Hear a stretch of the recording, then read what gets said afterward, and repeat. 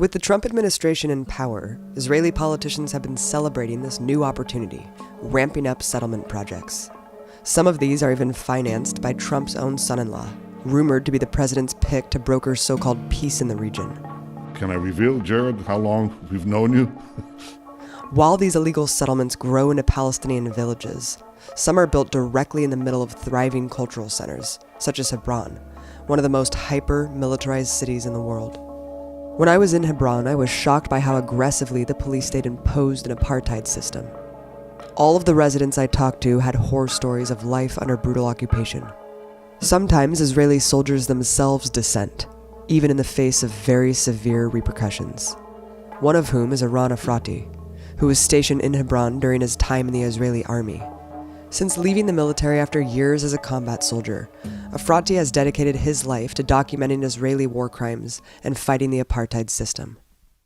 Eran, you went from being a soldier in the IDF to being a very outspoken critic of both the occupation and continued takeover of Palestine. What made you go through such a profound transformation? Well, it didn't something that happened immediately. Obviously, growing up in Israel, you asked me what was my role in the military. I'm not sure that my role started with my enlisted. I think my role started when I was about 5, and I realized that my father is putting uniform and going out to Lebanon as a reserve soldier. That's the first time I felt that I'm a part of the military. The next time was in kindergarten, when soldiers came in to tell us about the Independent War, just after the Holocaust Day Memorial. The next time will be when I was 16, and I will get my first draft letter. And in this draft letter, it will be written that I am a property of the military. This is something that every kid in Israel go through. When you're getting into the military system, in the end, you're already so much embedded inside the military. The military is a part of your identity. It's as much you as you are Israeli or Jewish, for that matter, in Israel. And going into the military, I was expecting to be a manifestation of me, just in uniform, protecting my country, protecting my family. I grew up on hearing the stories from Auschwitz of my grandma. So my mother's side, my grandma and grandpa was the only survivors from their family, from the Holocaust. All of my grandma's family were killed in Auschwitz. The stories from my grandpa, that was also the only survivor from his family from the Holocaust. And from the other side, my grandpa and grandma from my father's side grew up on hearing their stories about Jerusalem and what it is to grow up without freedom under the British mandate. For me, being in the military is to protect them and to make sure that our life will go on as in freedom and in good will. I went through 7 months of boot camp, and in the end of the 7 months, I found myself in Hebron. This is the only city that have a settlement in the middle of the city. So getting into the Hebron, one of the first things that I had to do was protect a Jewish holiday. And my job is to put on curfew 180,000 Palestinians. So settlers throughout the West Bank and Israel, Jewish settlers, could come into Hebron and celebrate. So there's thousands and thousands of Israelis and Jewish settlers from across the West Bank coming to celebrate. And the only way to keep them protected is to make sure that no Palestinian is living in his home. So literally one of my first tasks was to roam the streets and make sure Palestinians understand they're going into their home and they cannot leave until a second notice, until the next time we're coming in. And the first time was like a movie. We birthed into the city with our guns in our hands and our uniform and vest with grenades and 6 packs of ammunition. And we're just screaming curfew. And you see the chaos. You see the people just running from place to place, closing down their shops, running home, because wherever you are when the curfew starts, this is where you're stuck. And you cannot go anywhere else. So you better be at home when we're starting to count the curfew. Now, the official orders to anyone who breaks curfew is shoot to kill. I never did that. I never met anyone who shoot to kill in this process of a curfew. But that was the orders, and they knew it pretty well. They knew what they need to do. This feeling of power at once came as a big confusion to me. I think I wasn't clear if I'm enjoying the power of controlling all of these people, or if I don't understand why kids look at me frightened. Why are they running away when I'm walking into the street? Before my service, I work as an educator. I love kids. So I think I was very confused on why a kid will find me scary. You know, I realize now in perspective, it got to do something with the fact that I have my boots on, my uniform, my helmet, my 6 packs of ammunition, my 2 hand grenades, my M16 in my hand. But I didn't realize that at the time. Right. And I really couldn't understand that. And I think in a very rapid pace, I realized that my job is actually to maintain an apartheid system. Very early on, I understood that the rights that the Jewish settlers have are not the rights that the Palestinians have. I understood that I cannot touch a Jewish settler if he is attacking a Palestinian. The best I can do is call a local police department to come handle it, like I would do at home in Jerusalem. So these Jewish settlers that live in Hebron are living under the same rights that I live in Jerusalem, but the Palestinian next to them, next house over, next building over, sometimes next apartment over, lives under my rule, my military rule. And I can do whatever I want with him. I can take his home as a temporary base for a few hours to a few days to a few weeks. I can decide that I'm arresting the people of the house and tying them up to the fence of my base. If we will get an order to demolish their home or just lock their front door and don't let them out into the street their house is on, a street that only Jewish settlers can walk on and Palestinians cannot. So they have to walk through windows to yards, into the other side, into the Kasbah of Hebron. I think realizing all of that in a very, very early stage in my service helped me understood that someone was lying to me along the way. I didn't feel like I'm protecting anyone. I didn't feel like I'm helping anyone feeling more safe. I felt like I'm terrorizing people. I felt like for the first time in my life, the boundaries between good and bad that I learned as a kid, and obviously I learned that I'm on the good side, was broken. I felt like I am the terrorist. And my job was literally to scare people so they cannot think about acting against the Israeli settlers or the Israeli military. That was actually our defined mission, to make sure that to instill fear in the hearts of Palestinians in Hebron. And that's exactly what we did. I think Hebron is a really intense example of apartheid, obviously. Like you just said, the settlements in the middle of the city, it's extremely visible. You have the cage streets, the ghost town. It's horrifying. Why did you speak up and why did you do what you did knowing that you would suffer such repercussions and potentially be banned from returning back to your country? Well, growing up in Israel, like I said, I believe that I was the good guy. I mean, the story that all of us are being told all around the world is that the very clear difference between good and bad people are there. You learn about the Holocaust growing up. I saw my grandma screaming in the middle of the nights, memories from Auschwitz in our mind, memories to our family.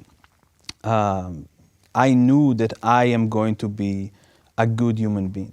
You know, in the age of 15, 16, I began being almost obsessed with trying to understand the Nazi side in the Holocaust. Not only to hear the stories of the victims, of the Jewish victims and any other victims from the Holocaust, but to try to understand how can a Nazi soldiers get up in the morning, give his kids a kiss, his wife a hug, and go out to the camps and do his job. I just couldn't understand that.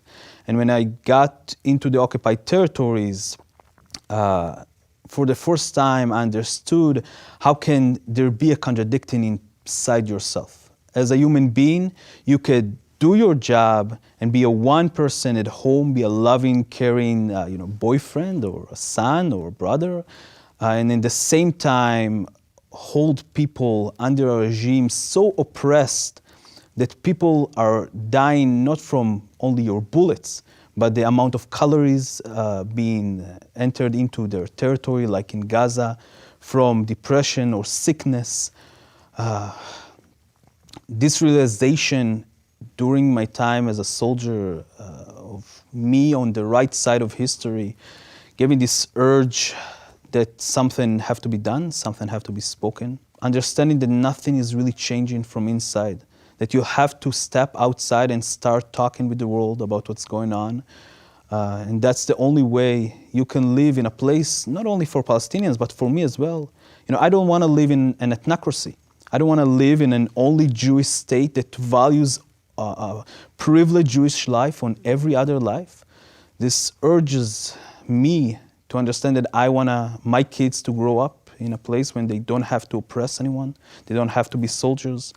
I guess that's what pushed me to do what I'm doing. Your humanity. Let's talk about your time after getting out of the military, and then you went through a series through the West Bank, interviewing soldiers, getting their testimony. Talk about some of your experiences there that cemented your belief system now and opened your mind a little bit more. I think after I left the military, I was still under the impression that the things that I was going through were my personal experience. I understood that I do not believe in the things that I was doing. I understood that I was lied to, but I still didn't have the conviction that what we're doing is on a large scale. And leaving the military and starting interviewing soldiers really, I think, made me understand that there's a systematic oppression that is taking place in the occupied territories. Eran, let's talk about Elor Azaria, the soldier who just got convicted of manslaughter. He executed an unarmed Palestinian man laying in the street, of course, in Hebron, on camera. Israel, of course, is touting this as accountability, right? Justice. What is your reaction to the verdict and, just the case in general? Well, I think the Elor Azaria case had to be understood by a few contexts. The first one is the context of Israeli military practice of executions and targeted killing, and also confirming a kill, what Elor Azaria did on the Palestinian in Hebron, are all practices that are alive in the military system, in the even police system or Mossad. It's illegal to continue doing execution. It's the middle of the previous decade, in the 2000s. But then something very interesting started. I am, in my previous role as a researcher into the Israeli military, I was taking testimonies from many soldiers. And one of the soldiers I'm reaching to is a soldier from a semi-elite unit called, in Hebrew, Duvdevan, Cherry in English. And he's telling me a story about how he's serving after this new rule from the Supreme Court has been mandated, and they cannot do targeted killing anymore. And how their officer is gathering the unit together and telling them, we're going to go out tonight to capture this person. Is highly dangerous. What we're going to do is we're going to come in 5 or 6 people's unit into their home in the middle of the night, break in quietly, go up to his bedroom, go into his bed, and point a gun into his head. Now, if he just wake up and surrender, we're taking him into the base. But if he scream, you shoot him in the head. If he lift his blanket, you shoot him in the head. If he lifts his hands or legs or trying to do any movement, you shoot him in the head. Now, because we understand as rational human beings that no human being can wake up in the middle of the night with a gun into his head and not scream or move, we understand these orders as an execution orders that bypass the Supreme Court order. And instead of saying we're going to execute this person, they're saying we're going to arrest this person, but if we feel there's some kind of danger, maybe he have a gun in his bed, maybe he will scream for help, we execute him. So execution is something that is very much alive. I continue to interview dozens of this Cherry unit that tells the same story about different cases, but the same exact practice in the occupied territories. They knew that this is what they're supposed to do. They knew that they were going into homes in the middle of the night to execute people. In October 2015, the latest intifada is starting, and even the official rules of not executing human beings are going off the window. From the prime minister, into ministers, into media people, everybody is talking about it from left to right, about you shoot to kill. If you see a girl with scissors next to you, you shoot to kill. Executions are very much alive in the Israeli military, the Israeli police, the Israeli discourse. People are calling for executions. People are calling for not only executions on, what they call terrorist or resistant people, Palestinians that are running at you, but they're calling for revenge. And when Elior Azaria doing what he does, he doing it after he heard it, this specific order of executions, every, what they call a terrorist, from every section of the Israeli society. We wouldn't be talking about Elazar Azaria if the execution wasn't on a film, let's be honest. I mean, like you said, this is commonplace, this is systematic, it's institutionalized. However, I do want to talk about how even before he was charged with manslaughter, it was a slap on the wrist at the beginning. I don't know if there was just international pressure that mounted at a certain point where they felt like they had to take the investigation forward, but even then, it was a very stark contrast between how right-wing Israelis reacted to just a house arrest verdict than, let's say, people here when a police officer shoots and executes an unarmed black man, and usually you have protests in the street against the police trying to get accountability. There in Israel, it seemed like there was mass rallies in support of Elazar Azaria. You know, of course, it's not surprising. Israel is selling this idea of the soldiers are more important than anything. The soldiers are more important than the life of Palestinians. Not only the life of soldiers, the soldiers' identity, security, feelings are more important than a Palestinian life. The easiness, the comfortable of people going out to the street and defending every case of manslaughtering that was captured on tape, that is clear that his life is not in danger, they contradict everything that we are being told.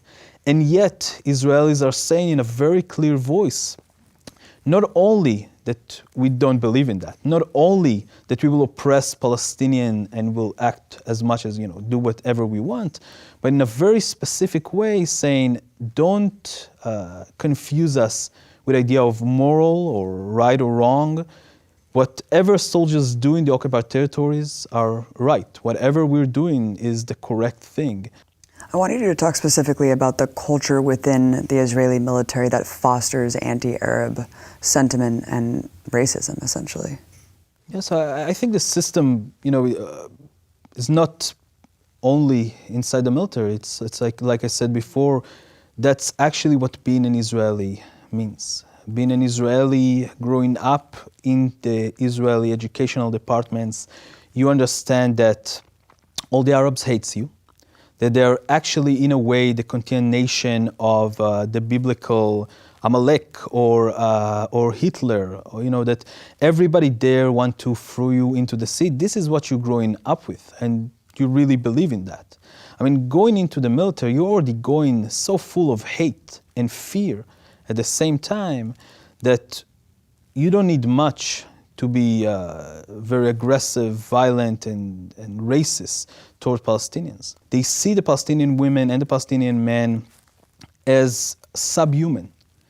The occupied territories are like an ex-territory when those human beings are not considered to be human beings. This is a process that you start in a very early age, being enforced inside your boot camp, and later on when you're going into your service, when you do not see human beings in front of you.